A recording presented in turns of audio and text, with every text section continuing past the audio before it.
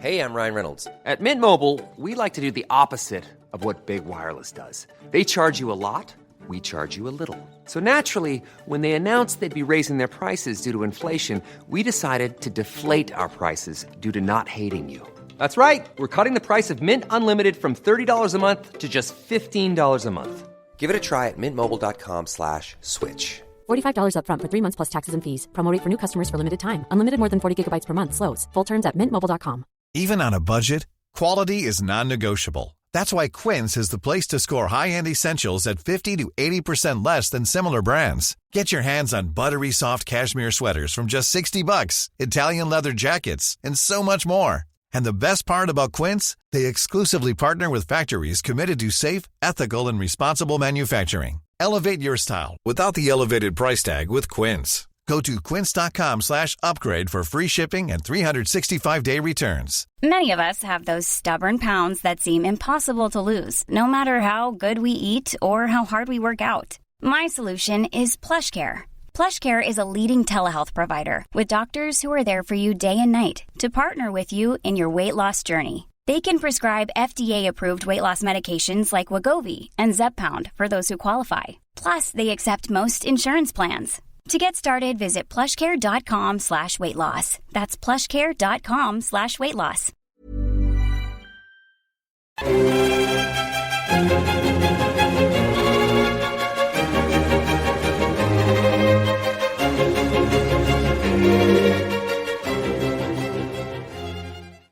Hello and welcome to the Napoleonicist. You are not hearing the voice of Zack White, but please do not adjust your sets. We are having a very special episode today. We're talking about a new charity, and just as a quick disclaimer here, we're going to use the term charity as it's in the name. The term charity is actually for the organization's application, which is currently in, if you're listening to this on the day of release, but it should actually be officially a charity very, very soon. And I must just put a disclaimer out there. I am heavily involved with this, but I'm going to sit down and act as the host today very kindly. So you're actually listening to Marcus Cribb, normally on the other side of the Napoleonicist, and I've got the great honor of being the host tonight.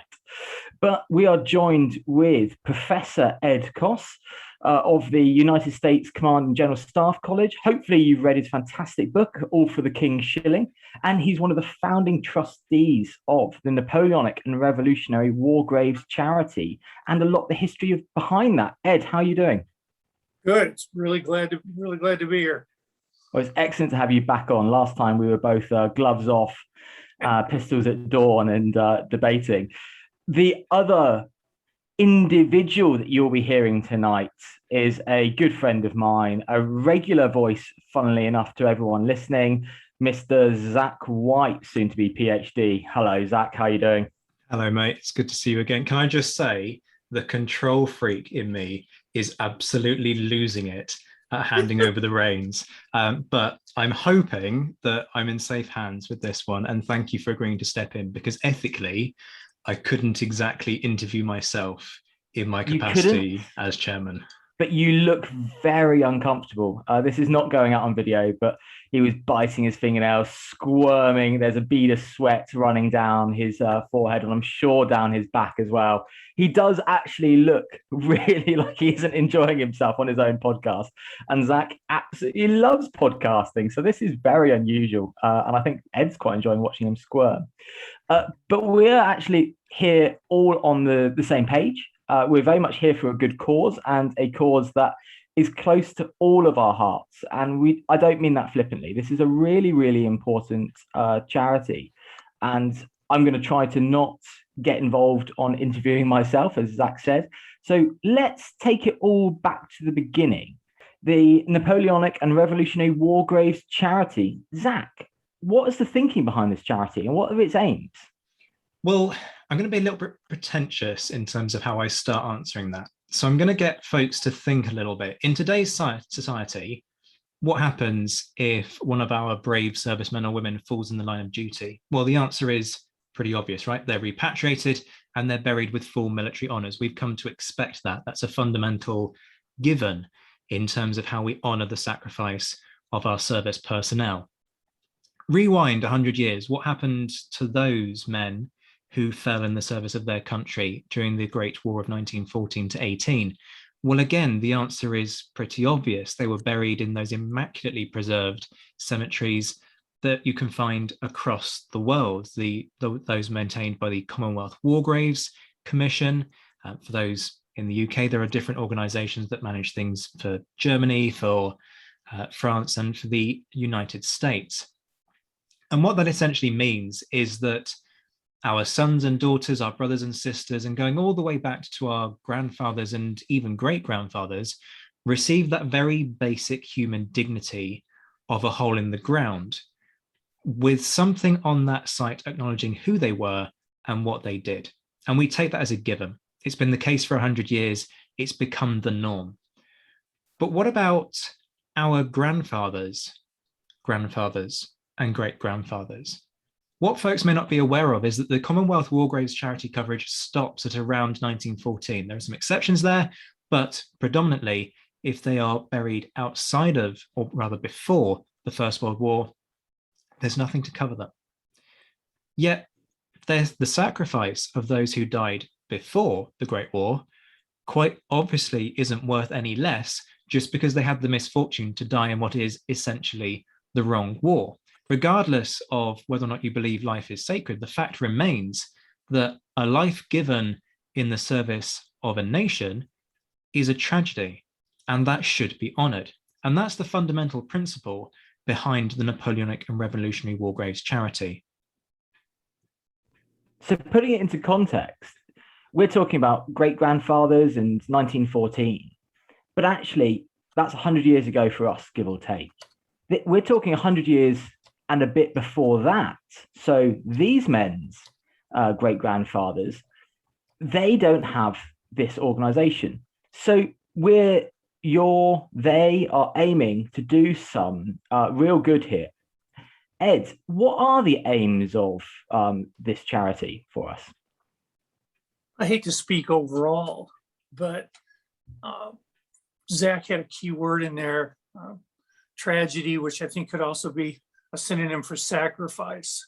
So as someone who's taught at the Command General Staff College and seen those kind of sacrifices through Afghanistan and Iraq, and regardless of whether we should have been there or not, these men and women make real sacrifices.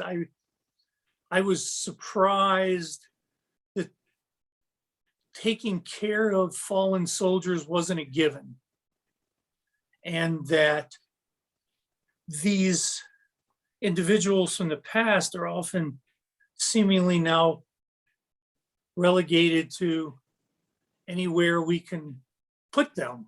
They've seemingly lost some of their humanity. They've lost, and we've lost, I think, as a society, a recognition of sacrifice and honor and what you're supposed to do with men and women who give what they always call the ultimate sacrifice. So the aims would be to open up this charity in a way that would be able to assist both intellectually, procedurally, and then maybe financially to do the right thing when a soldier, for example, from the Napoleonic period is found in a farm field someplace. What should we do with that individual? Ignore him, put him in an outdoor ossuary, or could we possibly get him some kind of, mostly him in this case, a proper burial someplace with a plaque and a recognition that and try to do some research into who they are. And there's a lot of other scientific things I'll get to soon, but there is a great deal of good scientifically we could gather from these bodies, and then a great deal of societal good, I think, that we could engender by giving them their due respect and proper burial. Absolutely. I mean, we're talking about the respect and burial of the fallen soldiers here, but Zack, it's not going to be just the fallen soldiers for this period. There's been quite a decision and debate upon this between everyone in this room, and we should take the time actually to acknowledge all the other trustees and people involved, and we'll list them later. But thank you to them. But it's not just those fallen soldiers, is it? No, it's not. So inevitably, in my capacity as chair, I kind of approach this from a legal perspective, because we had to kind of craft this founding constitution from that legal perspective. So some of these aims that I'm just going to kind of talk us through are going to sound a little bit wordy, but they have to be wordy to make sure that we are legally covered. So I'm going to kind of break it down as we go through them. The first and the most obvious aim is to work what we describe as working collaboratively and supportively with museums and other stakeholders to study the remains of members of the armed services, deliberate choice of wording there, who served at any point between 1775 and 1815, and members of auxiliary forces who died as a result of their service between 1775 and 1815, irrespective of nationality, in order to secure their release for burial. So there are lots of important things I want to tap into there straight away. The first is the supportive and collaborative element. Marcus will know full well that I can be an absolute diva at times, and this was one of my diva moments in the founding of the charity. Marcus nods knowingly. When I turned around and said that we are always going to be supportive and collaborative in the way in which we go about our business. We have a fundamental tension here, which is that once remains are dug up, they become an artifact. Now, that's not necessarily something that people will like to hear, but it is nonetheless a fundamental truth of the issue that we're trying to solve here, which is that these are objects for study for archaeologists. And when they hand those remains over to museums and local authorities, as they must do, as to make those institutions custodians, they then become the property. They become artifacts that the museum or other organizations are required to hold and to preserve. So we have an issue here where we could turn around and say, you know, this is disgusting, this is disgraceful, and you know, we need these human remains, and we have the right to bury them. That's not going to work. It's not going to work on a number of levels. The most fundamental is that in trying to sort of kick down the door, in inverted commas, we do a disservice to the very people that we're trying to honor. The dead deserve more than to have an unseemly row about who has the inverted commas right to these remains. The people who have the right to these remains are the people whose remains they are. And so they deserve the whole discussion to be treated with far more respect. The other point is that, you know, these are professional organizations we're dealing with. They haven't just decided on a whim that they're going to keep these remains in a dusty storage unit. They have problems themselves that they need to deal with in terms of finding an appropriate response to dealing with these human bodies. You know, these things cost money. If you want to put them in the ground, that doesn't cost nothing. That there's a huge expense there, which we'll get on to discussing later. So we want to work with local stakeholders because we respect and understand the fact that we are basically saying, look, we want you to give up an aspect of your collection and give it to us, and we will go put it in the ground. Now, if you said to somebody, you know that priceless, gold collection of gold coins that you found, we want to just take those off your hands and stick them in the earth. You can imagine the kind of response that you'd get. Now, obviously, the situation is different because we're dealing with human remains, but there's still a conversation that needs to be had here. So that's why the collaborative and the supportive element is there, to see what we can do to assist these organizations so that we can basically alleviate any concerns that they have about the process and make sure that if they decide that there is a value to having things like bones on display, we can actually say, well, look, what if we provide you with 3D models and resin casts of these remains? You can then put those on display and gain an educational benefit from them in your displays. But at the same time, we can actually put the remains in the ground, which is where we feel they belong. And that kind of in itself generates a site where people can go to remember. And that's quite significant in all of this. So that's your supportive and collaborative element. The next bit to emphasize is, and this is wordy, but members of the armed services who served at any point between 1775 and 1815. two important things there. Firstly, the date range. Now, the date range is not designed to imply that anybody who dies pre-1775 or post-1815 is not worthy. That's obviously complete nonsense. It's a reflection of the fact that this charity has been formed with professionals who specialize in this period. We have to have a start point and we have to have an end point, because otherwise we'd be doing everybody in recorded history. You have to have a cutoff somewhere. So our philosophy was, let's bring experts of this period together where they understand the period and can comment and can research properly to make sure that we do this process, it's due diligence. Armed services is deliberately plural. We include the Navy within that, and members of auxiliary forces who died as a result of their service. So there's a division here. If you were an individual who served in any capacity in the regular, inverted commas, army, doesn't matter how you died or when you died, you are eligible for our funding.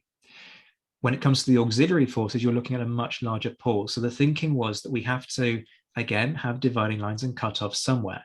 And so therefore, if auxiliary personnel died in the service of their country or as a direct result of wounds received in the service, then yes, they'll be eligible.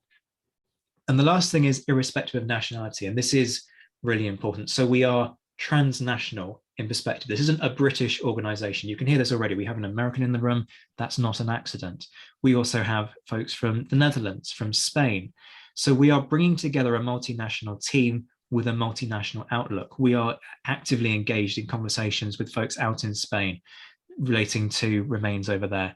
We're having discussions about individuals buried in Germany who served in the Prussian army. We likewise will in time have conversations about French personnel. Somebody was messaging me the other day about French prisoners of war. There are no boundaries, because the fundamental premise of this is to honor those who died in the service of the country. We're not going to sit here and say, well, you died for the service of France, therefore you're not eligible. That's nonsense. The sacrifice is the same. Regardless of the reasons that they fought, what they did and what they gave is the same. And so our philosophy is that as death is the great leveler, everybody is eligible. Now that's only aim number one. Aim number two, essentially, is to facilitate the burial. So I mentioned how we look to work with museums for the study of the remains in an as respectful process as is humanly possible. But as that first aim said, that's a prerequisite for securing their release. So we won't be engaging in research of remains unless we can secure an agreement where we say that at the end of that process, once we've learned everything we possibly can, we then have an agreement that those remains will be buried. Now, again, the same rules apply. But again, it's all about making sure that this is done in an appropriate way that deals with local concerns, that deals with local tensions, and tries to find a way forward that means as many people as possible are happy. The third aim is to restore the gravestones and funerary monuments of known burial sites of veterans of all nationalities who served between 1775 and 1815, because you've got to bear in mind that for many, they survived the war, but they still served. And that deserves to be recognized. And there are plenty of graves out there in horrendous states of repair that need basic maintenance doing to them. And we're not talking about simple things like cutting the grass. We're talking about cracks in headstones. We're talking about subsidence of graves. And if we can find a way, again, to work with the local stakeholders to restore those graves to some semblance of dignity, then that's what we are going to do. Again, being very careful, and we'll discuss some of the challenges that are involved in that in due course. The fourth aim is to educate the public about the lives. So it's not just about the dead, this is about the living as well, and kind of using memory of the dead and what they did as a way of better understanding the lives of soldiers and the wider conflicts of this period.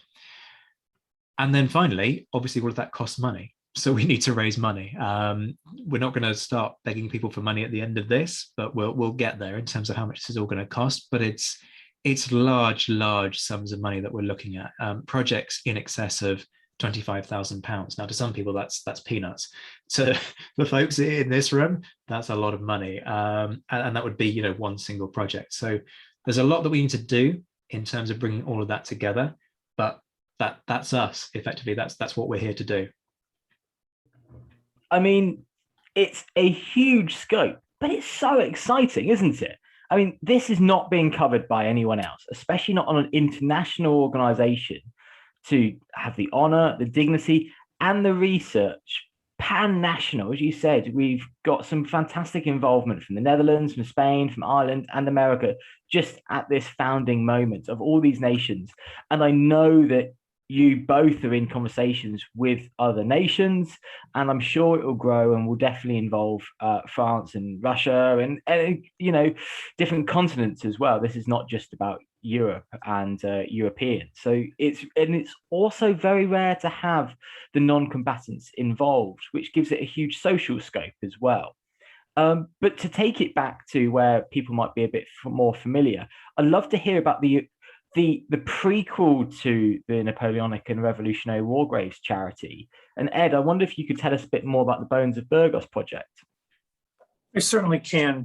I think, although I should first apologize because, well, it's great that we have you and Zack, who are both measured and diplomatic when you're dealing with these topics. And I can get sometimes, I can get a bit zealous when we talk about soldier dignity. And that'll tie into this question. I also don't mean to step on the auxiliaries in my opening. It's just the vast majority of what we will be dealing with will be service folk. So I tended to overstep that, and I didn't mean to. No, absolutely. It will be a huge part of it. And I think we will struggle to find those auxiliaries. But you're right. When they come up, they will be given the due respect. You're absolutely correct. Here's the background.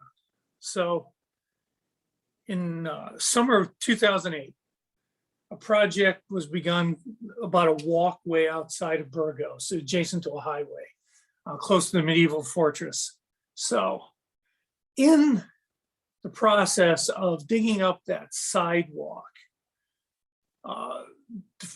they found 8,000 ceramic fragments, and this was done by two Spanish archaeologists, Martinez and Ureta, and they found the remains of at least 6 male, and you definitely have to call them, I think, although we will find this out in some due course, these are service folk, or at least, or perhaps auxiliaries.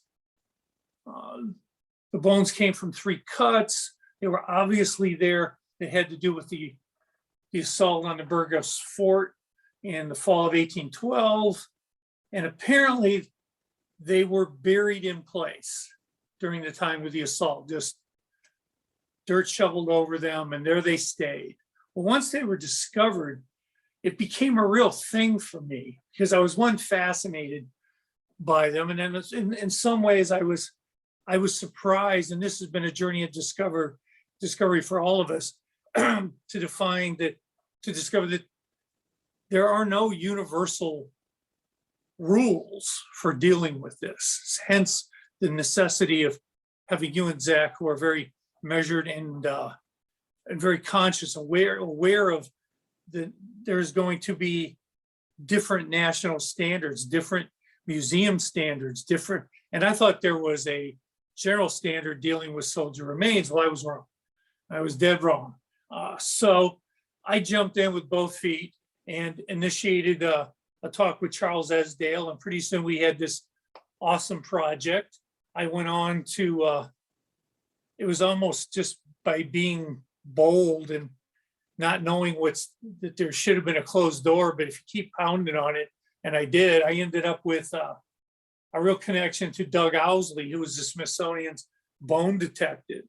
And he said, after some convincing, but he was very generous, he said they would do I'm going to read this, a systematic collection of osteological data for each set of skeletal remains using standardized methods in bioarchaeology and forensic anthropology.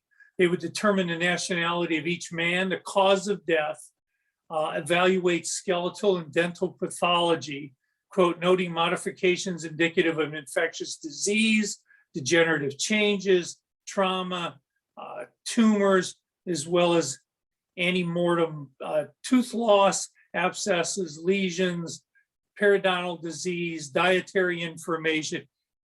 and then be able to identify by the isotopes whether this was a Spanish individual, a French, or a British. They were going to do it all for nothing for us. And I was really enthusiastic and delivered several papers in the United States, of all places. And they were some of the most well-received papers I've ever delivered. People were on the edge of their seats wanting to find out what would come of this, because we both had the scientific value. And then I naively thought, well, how hard can it be then to get these individuals a proper burial? And that opened up lots of issues. And so Charles and I began to seek funding. I sought it through the Command General Staff College Foundation, through universities over here. He did it through universities in Great Britain. We couldn't find anybody to come up with the money, which was basically it was going to be less than $4,000 for the transport. And again, the Smithsonian was going to do all this work for nothing. And we just kept running into barriers in regards to, okay, when you get them home, are they going to go back into the museum at Burgos and just be either on display or in a back room? Because as Zack pointed out, they do really belong to the museum at that point. And I was hoping that we would be able to swap out at resin casts and do something appropriate with them. But boy, this opened up lots of avenues that I was not individually capable of chasing down, and the funding ground us to a halt. Zack, you want to pick it up because you picked it up later? Yeah, so I mean, what pleases me in an odd kind of way about this, you know how one of the big archaeological discoveries of our era was discovering Richard III under a car park in Leicester, and everyone was banging on about the king in the car park. So this is very self-indulgent of me, but I kind of like the fact that the first time I heard about this, I was in a car park.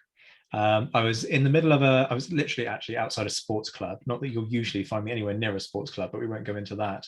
Marcus looks very perplexed. Were you burying another one of our previous monarchs, or? No, nothing as macabre as that. Don't worry. Okay, good. Yeah, in fact, I placed a quick call to Ed to discuss another project that we were working on to do with a conference. This was way back in, I think it was 2019 now. And I was hooked, just the idea that you've got these remains, you're on the cusp of being able to find out what you can about them, and then should be able to get them buried. All of these things are things that you don't need to be a military historian to feel strongly about this. And it was a no-brainer that, this was something that needed to happen. Yes, it's the opportunity. It's so rare for us to come across the remains of service personnel from this period. And we know because of the buttons, 58th foot, 88th foot, this is a British regiment, 65th French Regiment de Ligne, buttons of the 119th Regiment. We are pretty sure, given the buttons buried with them, that these are soldiers. Yeah, there are all kinds of questions, actually, because when you start to look, as we did, at the service records, and particularly the death records, so the British Army keeps, if you like, a book of the dead that tabulates who's died within each regiment over a period. And one of the things we will be looking at is mining that as a source of information as part of our educational work.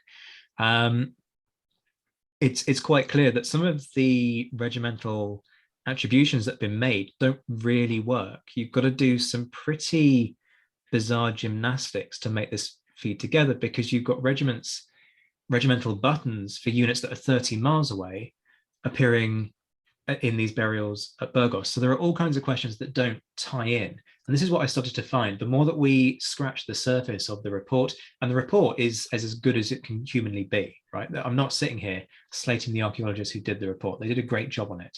It's incredibly thorough.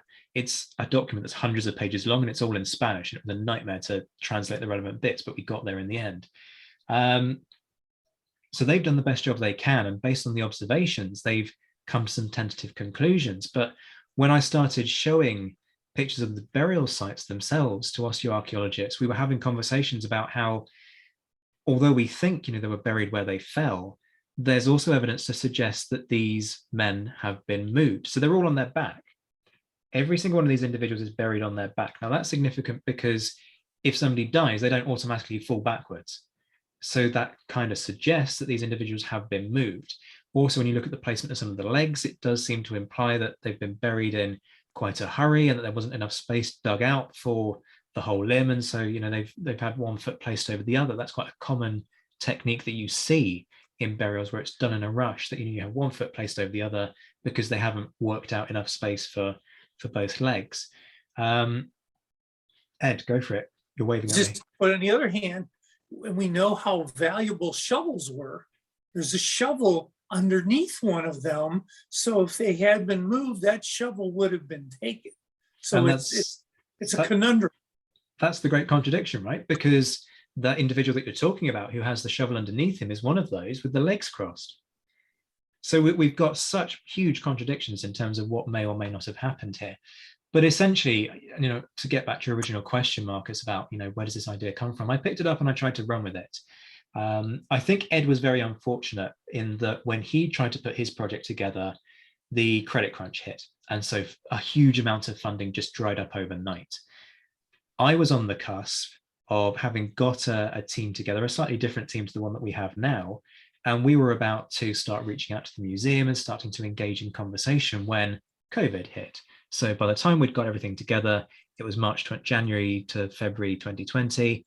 And then along in March came COVID.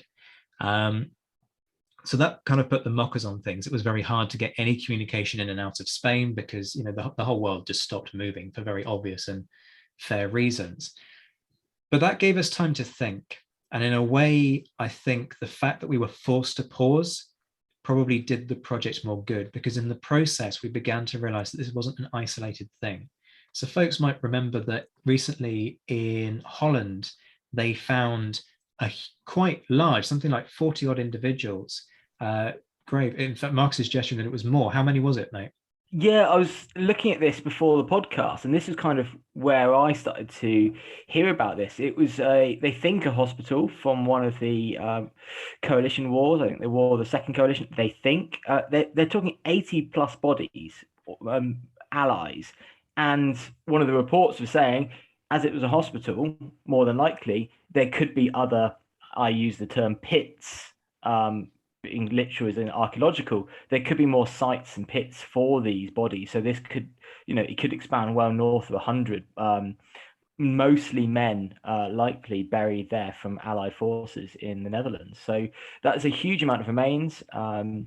And again, to put it into the context of something earlier, if those remains were found from the First or Second World War or more recent, there would be national services and gravesides, soldiers would be sent out along with priests and, dignitaries to bury them. That's not been anything on the cards as far as anyone's aware on this. Certainly not that I've heard. And as you can imagine, as we've been going through the process of setting this charity up, I've been keeping an ear to the ground, kind of hoping to, and watching with a great deal of interest to see, what's the lay of the land when it comes to these individuals. So, those kinds of things, also a kind of growing awareness of the fact that the individuals at Burgos were not isolated. So those remains are now stored within Burgos City Museum, because, that's the nearest repository. But if folks think about if they've ever been to Waterloo, if you've been to La Dernière-Quartier, Napoleon's last headquarters from the night before Waterloo, there's an ossuary. It's literally a brick shed, a very small brick shed, in which a number of bones have been placed that were dug up as a result of farming processes over the years. Now, if you go to Dernière-Quartier, then what you will find is that there's a metal kind of grill, a bit of wire mesh over the front of that, and it's open to the elements. Now, is that how we deal with personnel? I don't know. This is part of the discussion. It's an open-ended question. There are actually, for folks who aren't aware, when they dug the foundations for the Memorial 1815 Museum, they found the remains of a soldier. And there was a big debate about who this guy was. Gareth Glover came out with suggestions on who it might be. The museum isn't kind of confident about whether or not they can be certain on that. But ultimately, they had a reasoned discussion and they considered it carefully and decided that it was more beneficial to put those remains on display. So if you ever go to the Memorial 1815 Museum and you see some remains in a glass case, those are original. That is the guy. That's him. That's not a replica, as a lot of people assume. Or at least certainly from what the museum said, that's what we are all led to believe reading their literature. So, there are all kinds of questions. And this is part of the thing that we're facing, that there needs to be a conversation. We need a bit of consensus on what's right with these. And I'm not saying, sitting here now, that what the museum is doing is something that shouldn't be done, because that's part of the discussion that we need to have. What I'm saying, and I'm obviously being diplomatic, and that's kind of where the hat as chairman comes in on this, we need to start thinking about what we do with these remains and where is the boundary at which we stop honoring the war dead and start viewing them as artifacts. It was just at that same time that I was really deep into the Burgos that my wife and I made a trip to Waterloo, and I discovered that very open air ossuary. And in some part of me was almost in awe, out of total respect for the individuals in there, and just being able to look at them and kind of connect to them. And then almost immediately afterwards, while I was standing there, I went, that's the best that we can do. I mean, collectively, and again, that's the time I was naive and thought that there was a general consensus about these things. And that's when my eyes began to be open that, in fact, there isn't a general consensus, and that displaying human remains is maybe acceptable in certain areas, and putting them, even respectfully, they're just storing them in an outdoor museum and they're deteriorating that ossuary. That just drove me to have those initial discussions with you. I figured there had to be a full consensus, but there isn't one. Hence, part of the charity's aims is to engender discourse, to open, perhaps with conferences, some ideas, some standards, so that if we end up with the bodies of 5 or 10 or 1, do they just go to the local museum and get stashed away? I would be, and this is just Ed being Ed again, I would be appalled if that was potentially, and I was proud to have one of my ancestors serve in the light company of the 2nd Battalion of the 1st Foot Guards. If that we could determine that he fell at Burgos or wherever, and he was on display someplace, I don't think that would be something that would make me proud and want to travel to see his remains.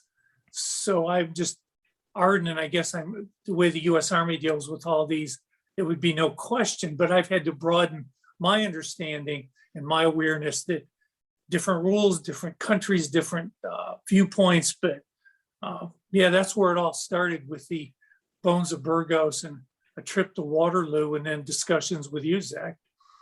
I mean, this is fascinating. So it's so different, isn't it? Because it's so easy to think about, down the road from Waterloo is Mons. And if a body was found from the 1914 conflict, the fantastic organization, the Commonwealth War Graves Commission, if they're British or Allied, would take over. There's sister organizations in America and for European counterparts, and they'd bury them with real dignity. And then if you had a memorial museum nearby, if just one of those bodies was on display, it would feel really against the grain and cause real controversy. Yet we don't have that with the kind of the modern, very early modern era that we're covering, which begs the question. So Waterloo is quite well known. That sadly, after the battle, and the field was effectively mined as a source of fertilizer. So that's kind of a bit of an exception, a really sad exception. And I struggled to just compute it because it was when the bodies were, still relatively whole. It was a few years after the battle. It was very fresh. But why do we not have these big memorial graveyards, these set piece graveyards from the wars of the First Coalition or the Revolutionary Wars, Napoleonic Wars, Peninsular War? Why do we not have these rows of white headstones for both sides where people paid respect? I don't know if Ed would want to pick that up. No, because I have no answers. I have, and then it's crass of me, but in the end, I think it ends up being governmental cost. That's just spitballing, but as we've investigated the cost of an individual to get one of these combatants, I hate to use that word because that's the wrong word, these servicemen buried is not cheap. And to establish public lands and take on the expense of burying them is not a cheap thing. Now in America, they have the Park Service, which has total responsibility. And I talked with a very learned individual over here about that. And he said, even today, if any soldier is found on Park Service ground, any remains, that then they go immediately to the Smithsonian for the full analysis. And then the Park Service, based on national federal funds, is in charge of reburying that soldier with honors. I mean, it's just, that's the way. So when I was asking him what role our charity might serve, he informed me on if they're found on Park Service grounds, the Park Service takes care of everything. And we've been to Spain. How many British service, or even Spanish servicemen from the Peninsula era are buried in one of these parks as you described? That's it. So you've, especially some of these areas of Spain, and then we hear of Flanders, and it's such contested ground fought over by generations of generation. I've been to graveyards in the Low Countries where you've got First World War soldiers in the same graveyard as Second World War from the same regiment. Durham and Blackwatch are both there, sadly. Same, generation apart, fighting on the same ground. So Zack, maybe why did these graveyards not get widely established in the contemporary period as well? I think you've got to bear in mind that there's a different philosophy to burial of the war dead during this period. So what we see with the Commonwealth war graves, that's very much a First World War phenomenon that's born out of the scale of conscription and therefore the scale of death that happened as a result of that truly total war. Now, we could sit here and have a debate about, was the Napoleonic era a time of total war? We've done that, actually. Listen to the last podcast, folks. But quite crucially, it's kind of important to recognize that the Great War, as it was known back then, was a watershed moment. And the scale of the grief and the scale of the death meant that a new answer was required. Before that point, we have a very different way of thinking about this. So a lot of these battlefields, you've got to bear in mind that they're one event, they're one day, and then the army moves on. So for example, at the Battle of Salamanca, 22nd of July, British Army's on the battlefield. 23rd of July, they've crossed a river and they're marching on. They are pursuing the French. So what happens to the dead? Absolutely nothing. They are left there in situ, to the point that we physically know from contemporary accounts that when the British Army pulled back to the same region months later, so in November, they camped amongst the bones of the dead from that battle, because they occupy pretty much the same ground as they had back in July. So this gives you a sense of some of the logistical challenges straight away. Now, I don't want to be gruesome about this, but you can imagine what happens if you leave a body out in the elements. It becomes disturbed by animals, all kinds of things happen. So that instantly complicates the situation. You've also got a fact that if you're going to bury these individuals, you probably do it for sanitary reasons because of issues of disease, and you do it quickly because there isn't this philosophy about individual sacrifice, and that therefore means they all get lumped into mass graves, which often means French and British and Spanish and Portuguese all buried together because they need to be placed somewhere where they aren't going to represent a sanitary risk.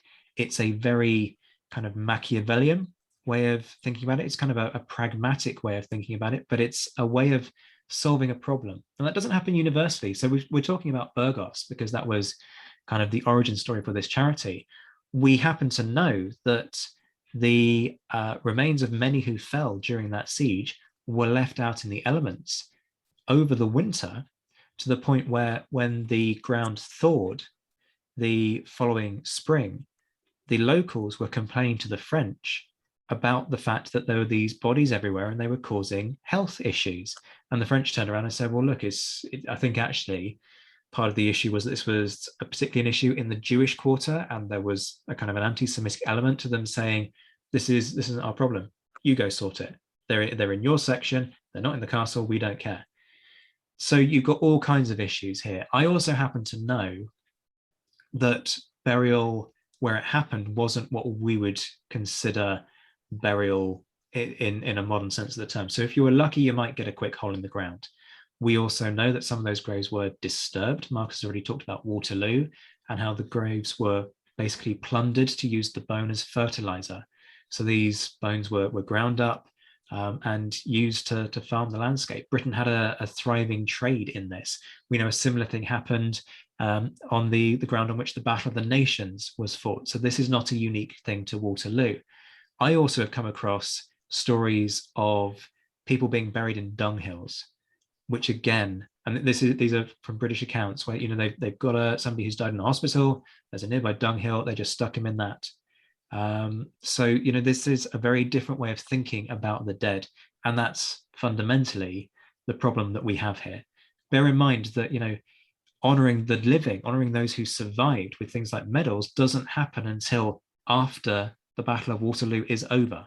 Waterloo is the first battle where we see a campaign medal. So you've got very different ways of thinking about sacrifice and service. Hey, it's Danny Pellegrino from Everything Iconic. Ready to upgrade your style game without blowing your budget? Check out Quince. They've got all the good stuff, shirts and polos, activewear, and fine leather goods, all at 50 to 80% less than other high-end brands. And the best part? They're all about safe, ethical, and responsible manufacturing. Get that luxury vibe without the luxury price tag. Hit up quince.com/upgrade for free shipping and 365-day returns on your next order. That's quince.com/upgrade. Millions of people have lost weight with personalized plans from Noom. Like Evan, who can't stand salads and still lost 50 pounds. Salads generally for most people are the easy button, right? For me, that wasn't an option. I never really was a salad guy. That's just not who I am. But Noom worked for me. Get your personalized plan today at Noom.com. Real Noom user compensated to provide their story. In 4 weeks, the typical Noom user can expect to lose 1 to 2 pounds per week. Individual results may vary. That was beautifully described about the immediacy of burial after conflict. And then so we end up with two issues, really, two different bifurcated but connected. One is that ultimate immediacy and what happens to the bodies. What I was thinking about was more modern. Why don't we have small cemeteries when these bodies are brought up? Why aren't they? That's what I was referring to. We don't really have either one. Yeah. So to answer the question about cost, which you raised earlier, Ed, yes, you're absolutely right. To give people a ballpark figure, and this is a very rough estimate, to study and bury one individual, you're looking at perhaps £5,000 per person. So, you can see how these things stack up. So we think that there are 5 or 6 individuals involved in the Burgos project. I personally think that it's more likely to be 5, but we won't go into that. That's, again, a subject of another podcast that's gone before. So 5,000 by 5 people, that's 25 grand. Where do you find that money from? The museums haven't got this money. Does that include the archaeological forensic costs? Does, yeah, it does. Okay. So to get, we have an opportunity here to do more than just honor the fallen. Absolutely. But to learn some fundamental things about health, disease, nationality. So it's both scientific and human, what we're trying to do with the charity. And then it will span those, if I may, Zach, just because, both Zach and I know that from Ed's book, these men effectively are fighting and starving at the same time. Their nutrition levels are so low. Ed went into real research. He's too modest to say, but it will bring up those things with doing the research rather than having them away. Are we saying that we can learn more actually by doing a short amount of scientific research and then burying them rather than having them out? Is that fair? I think it absolutely is. And this is the point of the project, isn't it? That, we lead with this idea that we will research because there is an opportunity here for us to gain knowledge. But at the same time, once we've learned everything we can, there is an argument to be made that, yes, there will be perhaps advances in science in years to come. And yes, maybe, there may be some radical new thing that enables us to learn something that we can't possibly envisage right now. But we can't ever look into the future. What we do know is that we are able to gather a significant amount of information about these people's lives right here, right now. Huge amounts of info. So to act on that is a huge opportunity. So to give people, let's delve into this, shall we? Because we're talking numbers. So to conduct a standard analysis of a skeleton is £500. Once you've paid for lab time, technician fees, etc., 500 quid basically per set of remains. That doesn't include really advanced techniques, things like strontium isotope analysis, oxygen isotope, nitrogen. So you've got to add money on top. And then you've got the burial cost. Now, burial costs we estimate to be maybe 2,000, 2,500 a body once you've bought coffins and you've paid for headstones and memorial services and so on and so forth. So you can see why we get to a £5,000 approximate price tag. Then think about what you were saying just now, Marcus, about the remains in that mass grave. So as we've been talking, we've gone and done our homework, as it were, on this and found that it's actually 81 individuals that they've identified. 81 times 5,000, I'll tell you now, that's £405,000. How do you source that kind of money? And this is the problem, right? Who do you turn to and say, look, we need 405 grand to bury these people? It's just a huge cost that needs to come from somewhere. And this is what we're here to do.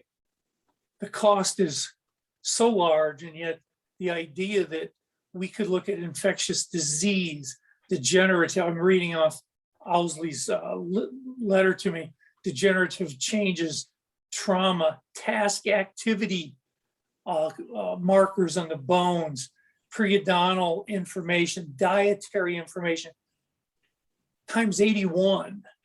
Well, we could learn about these soldiers, their lives, what it was like for service.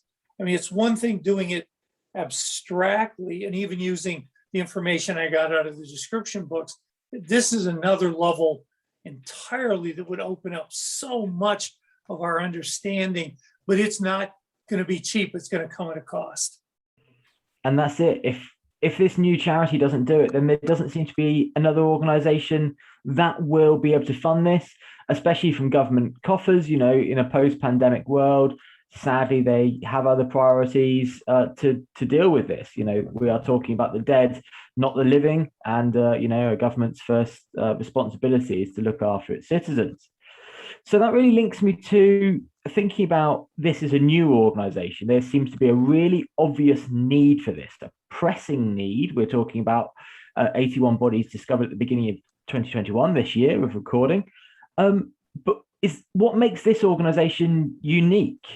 Zack, you're the chair of the charity. Maybe you can talk us through a bit more about the uniqueness quality of it. Yeah, so for one thing, you've got to think about date range. So we were very specific about specialism here.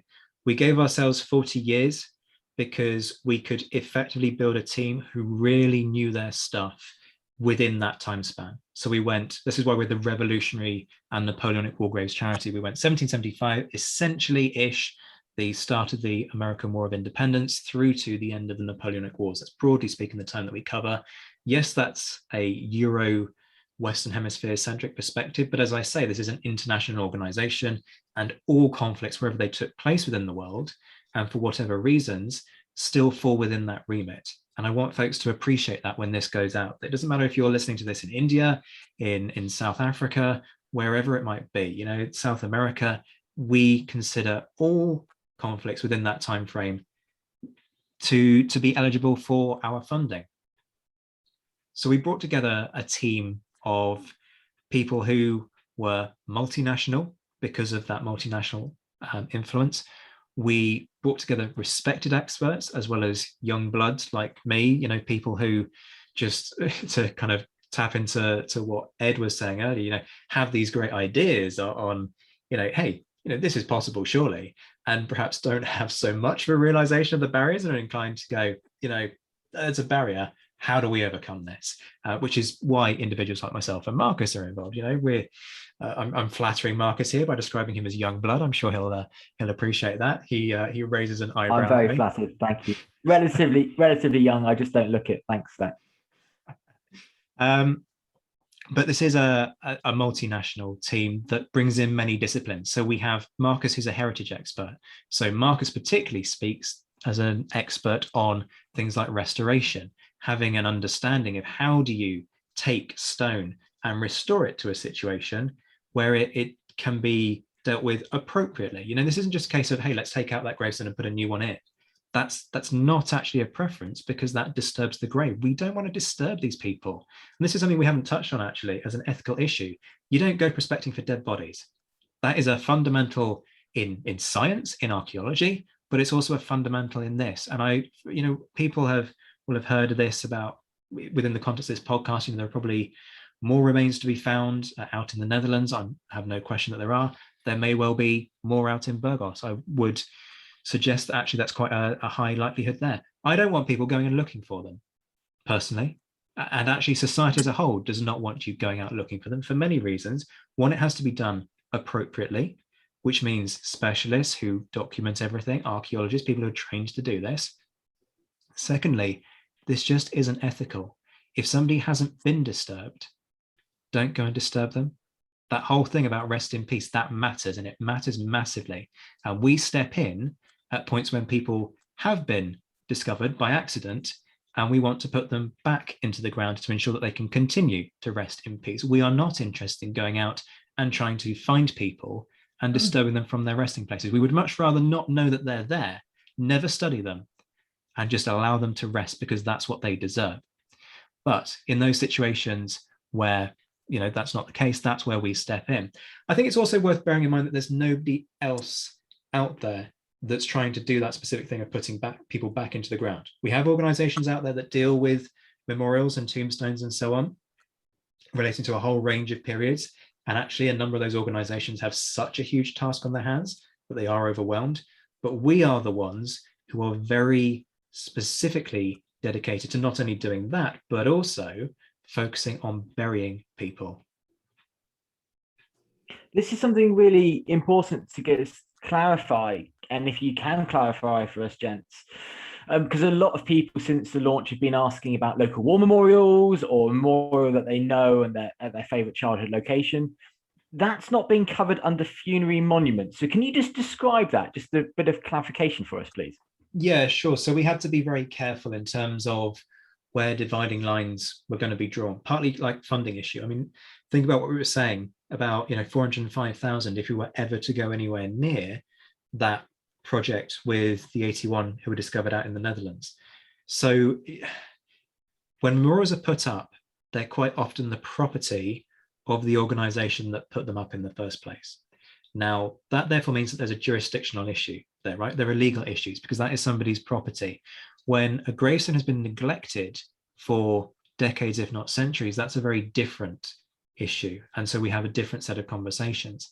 But we're not interested in poking our nose in the maintenance of memorials for organizations where actually they may have their own philosophies and their own affairs. And so we're not trying to step on people's toes. We're not interested in doing that.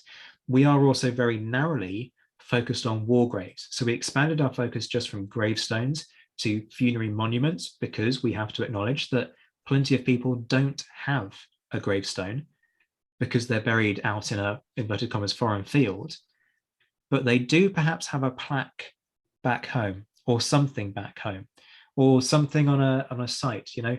And so we are quite happy to help with restoration costs for that so that people have a place where they are honored. And that's fundamentally what we're here for. Ed, was there anything you wanted to add to that fantastic description about the aims here and the areas that's going to be covered? Oh, I was actually kind of taken aback in a positive way by Zach's answer, especially at the end, because this is about dignity and honor. It's not about excavation. It's not about us going out and looking for business. It's about what happens when these individuals are discovered. And that's really our goal, is to do something proper that I think their families, their units, their country would understand as a show of much earned respect. So I think that underlines, and Zach described it beautifully. Fantastic. It's such a broad subject without the war memorials in there. And it really is unique. I can think of lots of charities that will look after a very narrow area of war memorials, or just show respect, or look after living veterans or their widows, but nothing of this scale for so long ago, but something that we can feel so connected to because these names of these battles we know, or if not, as I was saying, you know, hopefully people know about other conflicts in Flanders, or they'll know about the South African wars from the Boer War, but maybe not realize that there is a kind of Napoleonic era to this. South America gets hugely involved, India, all these countries, Russia. There was very recently a high-profile case of burial and repatriation within Russia and France at the highest level. So there seems to be some good work going on there, but at a very narrow level, really within the scope of the wide conflicts that Napoleonic wars have often been described as a global war, if not a world war. If I can just bring this on to quite a serious point here. So we are dealing with the remains of individuals, with men and women, some of whom would have died in the active conflicts, but others within, you know, possibly through starvation, exposure to elements, disease. So these are hugely emotive, as well as the added element that some of them being held by councils or museums as property. So if it's not too broad a question, but a serious one, what is the thought process behind dealing with the ethical issues that are going to arise here? Yeah, there's a lot to consider, and there's a lot for us to unpack, and we have to be phenomenally careful in a number of different directions. So the first thing that I would emphasize is that historical accuracy is paramount. This is why we have a team of experts. So to give you a sense, folks will know Beatrice de Graaf has featured a number of times on this podcast. She's one of our trustees. Katrina Kennedy, also a guest on this podcast, as it happens, another of the trustees. We have experts, doctors and professors out in Spain who are involved in the team. So I'm Alicia Laspera, Sylvia Gregorio Sainz, for example. I actually have World War I experts. Megan Kelleher, for example, is part of the committee that helps to run us day to day. We have folks from the reenactment community. So we have lots of different perspectives which enable us to mine different approaches. So for example, Sam Jolly is the assistant curator at the Royal Engineers Museum. She's giving us the museum's perspective. So you can see we've got lots of different angles to make sure we consider as many different ways of approaching this as possible to make sure we understand all of those different perspectives and we deal with those different perspectives in a way that is respectful. But the history has to be key. So pretty much everybody that I've just said to you has expertise in the Napoleonic or revolutionary era. And that's key because it means that we know where these sources are, how to mine those sources. We've done it. We've probably got repositories of all of this kind of stuff in archives at home, you know? So we know the history. Now that's key because it means we know where to go to prove that these individuals are eligible, because there's a big question here about, is it better to move on something and get it wrong or not move at all? And our philosophy is that you do not move and get it wrong. So everything has to be backed up by evidence, which means that people are only eligible if we can prove their service record, prove the era that they came from. We are also sidestepping the naming issue. We'll do the research to get a sense of who they might be, but it's very difficult to ever be 100%. This isn't a thing about reasonable doubt. And if you're going to put somebody's name on a headstone, you have got to be 100% certain. There can be no room for question. How disrespectful would it be to put the wrong name on the headstone of somebody and wrongly attribute that body to a name for eternity? That's a massive problem. So we're being very careful about that. And we won't be putting names on headstones unless we have absolutely no question about who they are. But there's a good set of precedent for that. I can think of many, especially Western Front graveyards I've been to that are very well kept, but they will have dozens and dozens of graves that will say an unknown soldier or potentially a soldier of the American forces or something to that line, because they can just know a bit, you know, as Ed was saying earlier, we have buttons, and if the buttons are found, you know, directly down the body, then that there's good precedent for that. I think people need to understand that it's very unlikely that we are going to be able to be contacting people to say it is your great grandfather because of DNA testing. It's such a long time ago. It's going to be very difficult here. But what do you think, maybe Ed here, what do you think are going to be the biggest challenges you're going to face? I just wanted to add in, I mean, the best that we can zero in if we get the isotope tests is we can tell nationality. We can tell regions within a country. So you would be able to legitimately say this is a Spanish soldier.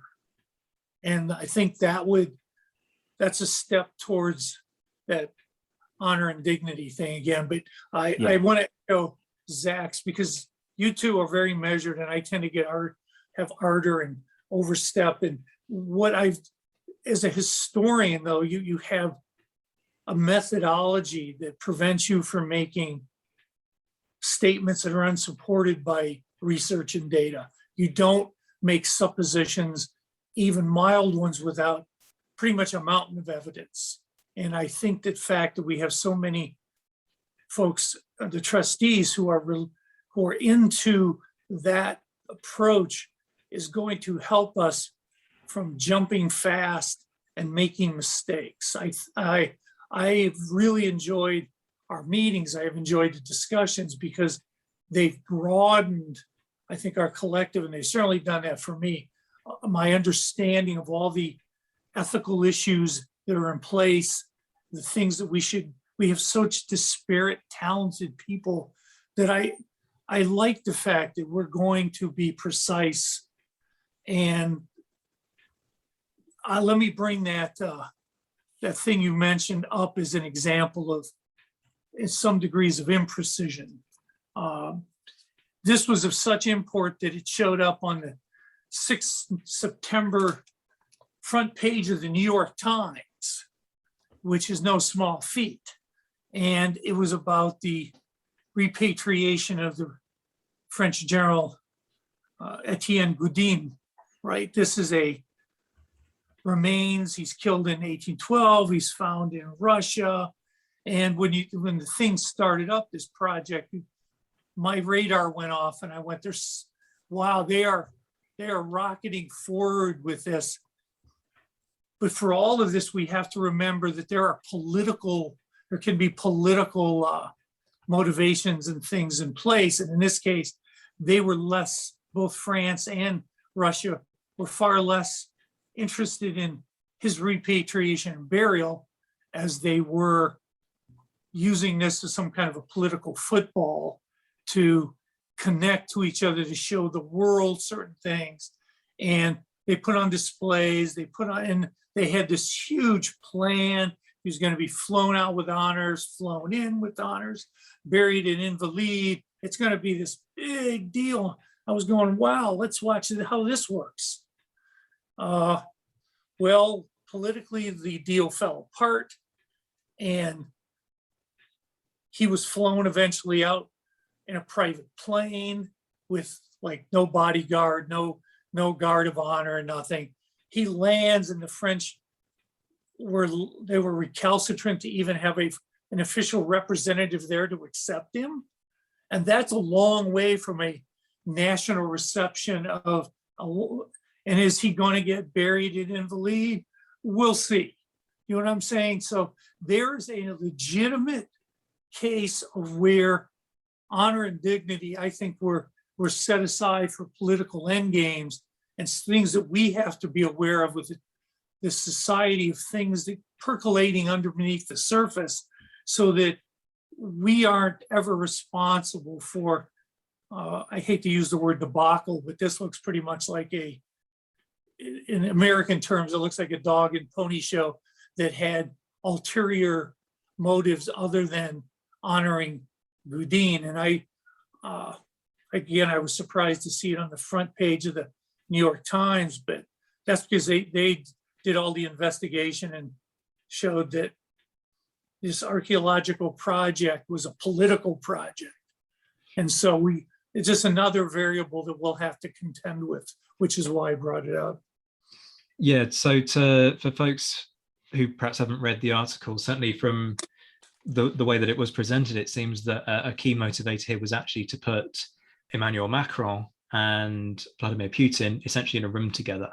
And because of some very obvious tensions over kind of international issues that we won't go into here, that plan fell apart. The other thing that that caught my eye was that it appeared as if they went looking for this guy. This was kind of a Richard III style project. We think he's here, and they found him underneath a nightclub.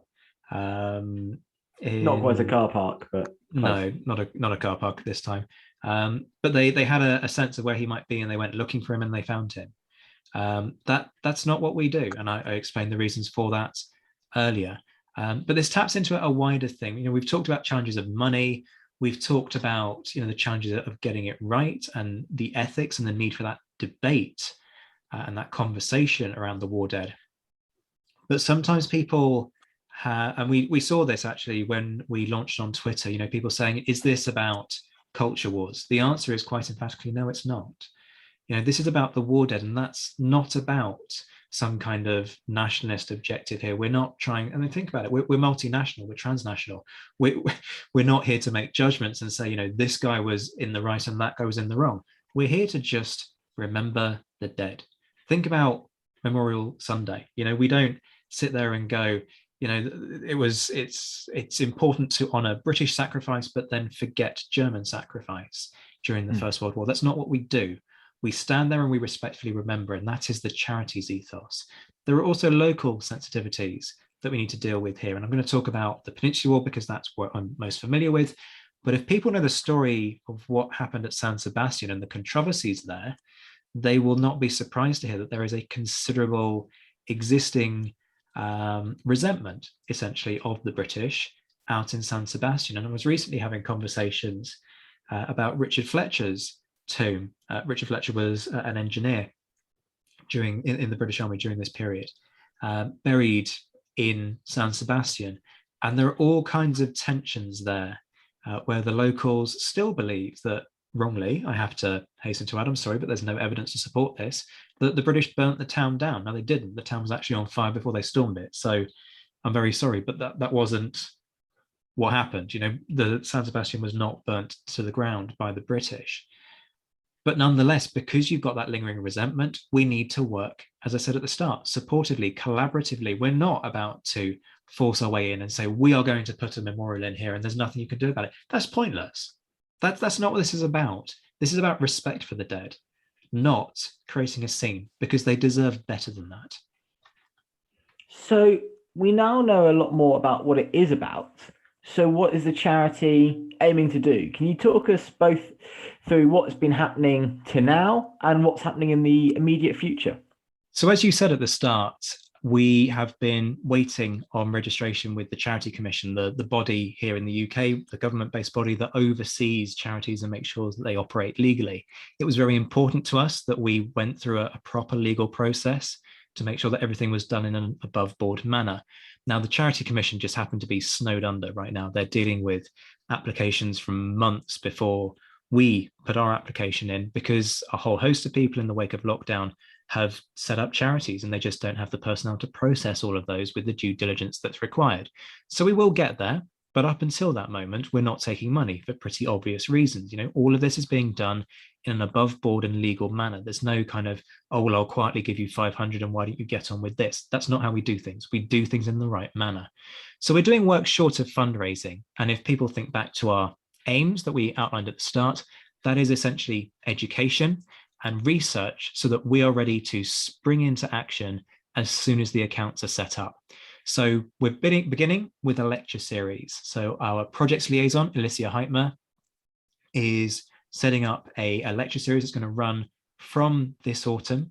The first of those will be on the 19th of October, when I will do a kind of a formal outline, a launch, an online launch, if you will, into the charity and its aims and its processes, and what we crucially plan to do for the future. So if folks are interested, there'll be an Eventbrite link in the description to this episode, and they can click through. It's free to join. We've got plenty of spaces, and folks are very welcome to join us for that. And then subsequently, we will be putting those lectures together.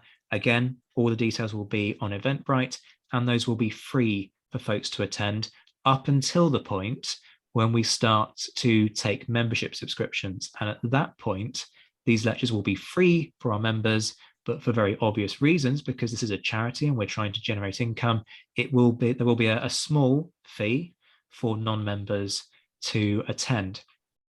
And all of those will be online. So wherever you are in the world, you can watch those, get involved, post comments, and so on.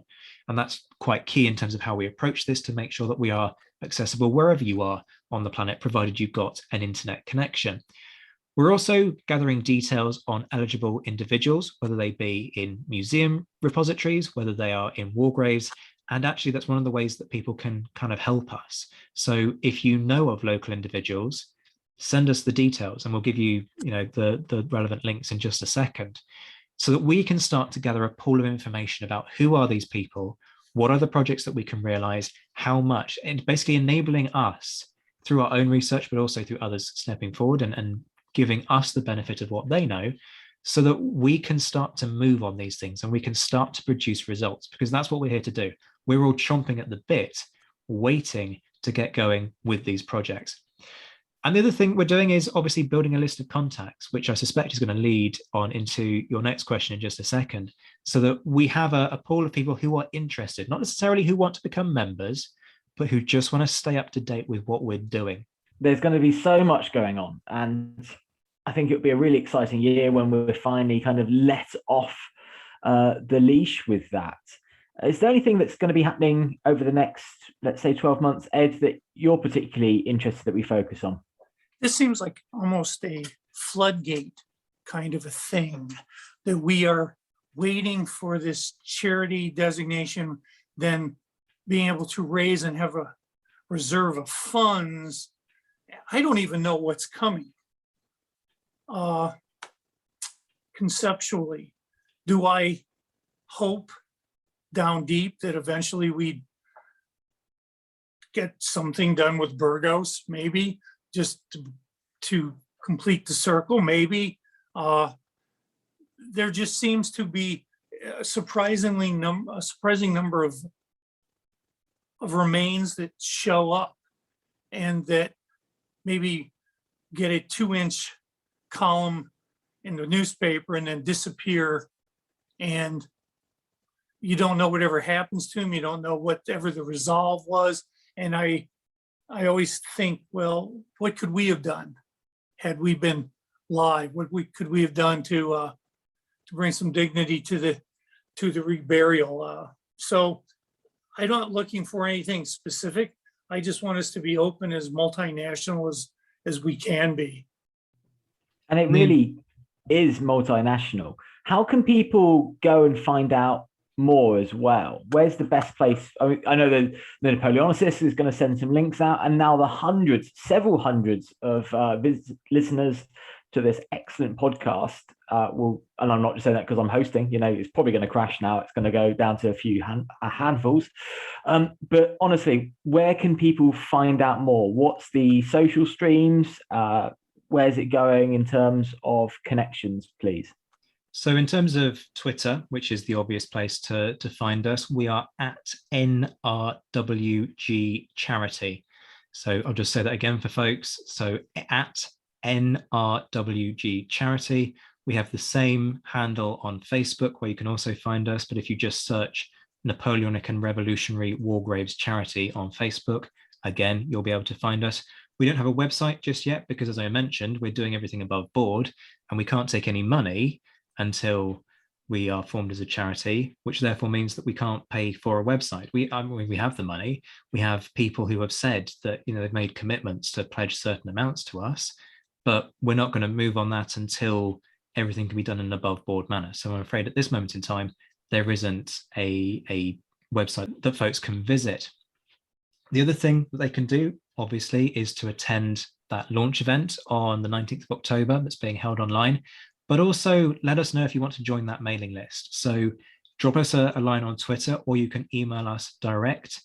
The email address is nrwgcharity@gmail.com. I'm going to say that again, nrwgcharity@gmail.com. Just drop us a line. We can add you to the mailing list. We won't take any personal details. We will literally just take that email address. No, we won't share it with anyone else, and we can keep you posted. The other thing to say is, let's start this conversation. We have talked a great deal about the ethics of this, about what is right and what is wrong. There are no right or wrong answers. There are just a multitude of opinions out there. But we do need to start talking about this and talking about this sensibly. So have conversations with your friends and your colleagues. Get other people involved. And I'm thinking particularly knowing that some members of the armed forces are going to be listening to this, and this will strike a chord, because we are talking here about their service ancestors. And I know that will matter to them. I might not have been a service personnel myself, but I know, and I've been fortunate enough to talk to enough members of our armed forces to know how much this matters. So talk up and down the chain of command, talk in the mess, speak to people so that they just know what we're doing and can be involved in that conversation, because their views matter and all of those voices need to be heard. The same applies in the reenactment communities, amongst historians, amongst archaeologists. Have those conversations so that we can start to work out what we're going to do with these people and where we go from here. Equally, this is a charity and this is only going to work based on money. So if people are interested in being donors in time or being members in time, then for heaven's sake, please do get in touch. Because if you can give us an indication of how much we're going to have coming in, we can start planning for the future. We can start thinking about who do we prioritize? How do we get those results? So that as soon as the floodgates open, we move. We are dedicated, we are poised, we are ready to do this and do this in the right way, in the professional way, but we can't do it without your help. Very, very well put. We'd love to hear from those people. I was just going to say, help us so that we can leave no one behind. A really apt saying, and completely true. It will be very resonant with members of all of the armed forces across, hopefully all of the globe. These conflicts that are still talked about there, but are not currently covered. If you say to a rifleman about Salamanca, if you say to a cavalryman, I'm talking about from Britain here, about Waterloo and the charges there. But equally, we want to hear about the French and their time in the 1813 campaign, for example. And there'll be regiments, men and women, serving in those units. That would be a good connection. And there will be descendants, people who are rightly, Ed was saying about his own connections, people who are rightly proud of their family connections, and you can kind of do them honor. So there's no money currently incoming, but it won't be very long until that's possible. Do join Zack. You probably enjoy listening to him here on the podcast. Join him, and I know Ed and I should be there as well in October for the launch event. And anytime around then, the website and the bank details will be online as well. Is there anything else you want to add? I've just got one thing I want to say at the end, Zack. Yeah, I mean, two things I want to do is firstly thank everybody who's been involved in this, whether it's been as an advisor, whether it's been as somebody who's just supported the concept, whether it's been somebody who's already spread the word. Particularly want to thank the members of the committee and the trustees. And all I would like to add is having gotten to know the various trustees, I've been amazed at both their dedication, but their expertise. This isn't just a group that was thrown together haphazardly. Zack went to a great deal of trouble to find real experts, really ethical experts who are open to exploration and open to doing all the right things. And it's been a real honor to attend the meetings and learn from them. So I'd like the viewers to know how qualified the trustees are. It's pretty amazing. Well, let's quickly talk about them. We are honored to have Zack White as our chairman. He's been really is the brain and also the kind of the momentum behind all of this. Hopefully people know his fantastic research that he's doing with the University of Southampton, focusing on discipline within the British Armed Forces during the era. And so he has been the absolute driving spirit behind this. Coupled with Professor Ed Coss, who is from the Staff College in the United States of America, which brings our first international element, but he's also published All for the King's Shilling, a fantastic book and a real study into the motivations of these soldiers. After that, as founding members, we've got Peter Malloy from the Republic of Ireland. He's actually both our treasurer and sits on the committee as well. Since founding as a charity, we've gone through a few additions. We've got Katrina Kennedy from the University of York, focusing on early modern studies. We've also got Sam Jolly from the Royal Engineers Museum down in Kent, bringing her curatorial expertise to us. And Katie White, who's an osteoarchaeologist currently based in Germany. And also to thank our listeners, if they've paid attention to all this time, hopefully they are by this point really interested in the charity and they can see where it's going to go. You know, the passionate launch here from Ed and Zack. Thank them both very much for this. But hopefully they'll learn a lot more. You've heard about where this charity is going to go and why there's actually a really pressing need for it. So that is really important. Get onto the social media streams, listen out. Things are happening very rapidly, but you haven't missed out yet. The launch event is yet to happen. And finally, a huge thanks to Zack White for handing over his baby of the Napoleonicist. I could see him twitch at the beginning. Hopefully it hasn't gone too badly. And I'm deeply honored to be the first and only guest host on the Napoleonicist, a podcast of which I am a fan of. I am a Patreon supporter and I really enjoy listening to. So I've hopefully not dropped his baby too much. And it will be business as usual coming back to you from Zack's study sometime soon. So on behalf of all of the Patreon supporters and all the regular supporters and listeners, thank you so much for listening to the Napoleonicist. Just one quick thing I'm going to add as a coda. Firstly, to thank the committee members by name. So for folks who won't be familiar with our charity structure, we have a treasurer, that's Peter. We have a membership officer, that's Matt Edson. Social media lead is Sylvia Gregorio Sainz. Communications officer is Megan Kelleher. Our international liaison is Alithia Laspra. Our projects liaison is Alicia Heitmer, and our heritage officer is, of course, our very own Marcus Cribb. So all of those folks have been integral to how we've formed this and how we've managed to get this charity off the ground. And it's no exaggeration to say, whilst that is very kind in kind of what he says about my role in putting this team together, if it hadn't been for all of their input, we wouldn't have got this off the ground in the manner that we have done. And the last thing to say is, of course, a thank you to Marcus for hosting today. He didn't drop the baby too hard on its head or even anywhere close to on its head.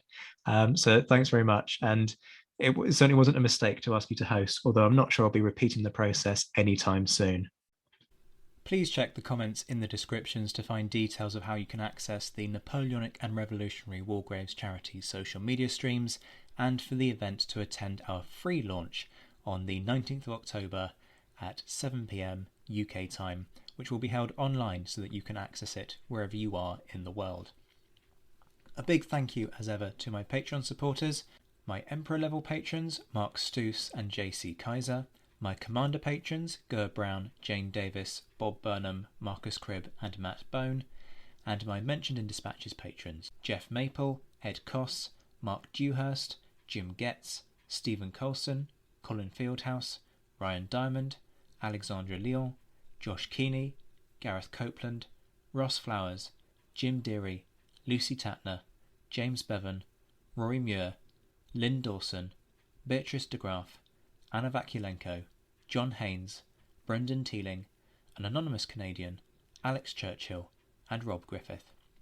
Join me in just a few days' time when the next themed month will be incoming. My Commander patrons and Emperor patrons have voted for Naval Month, so October is going to be dedicated to that, covering not just the British perspective, but a whole range of perspectives on naval conflict, naval life, and of course the big names and events of the naval side of conflict during the Napoleonic era.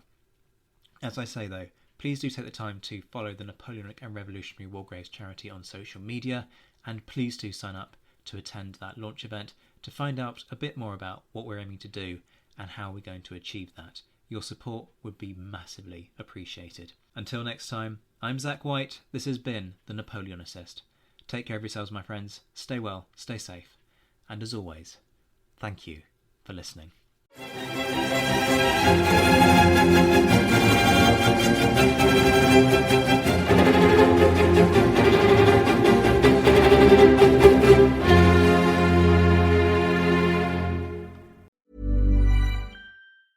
Hey, it's Danny Pellegrino from Everything Iconic. Ready to upgrade your style game without blowing your budget? Check out Quince. They've got all the good stuff, shirts and polos, activewear, and fine leather goods, all at 50 to 80% less than other high-end brands. And the best part? They're all about safe, ethical, and responsible manufacturing. Get that luxury vibe without the luxury price tag. Hit up quince.com/upgrade for free shipping and 365-day returns on your next order. That's quince.com/upgrade.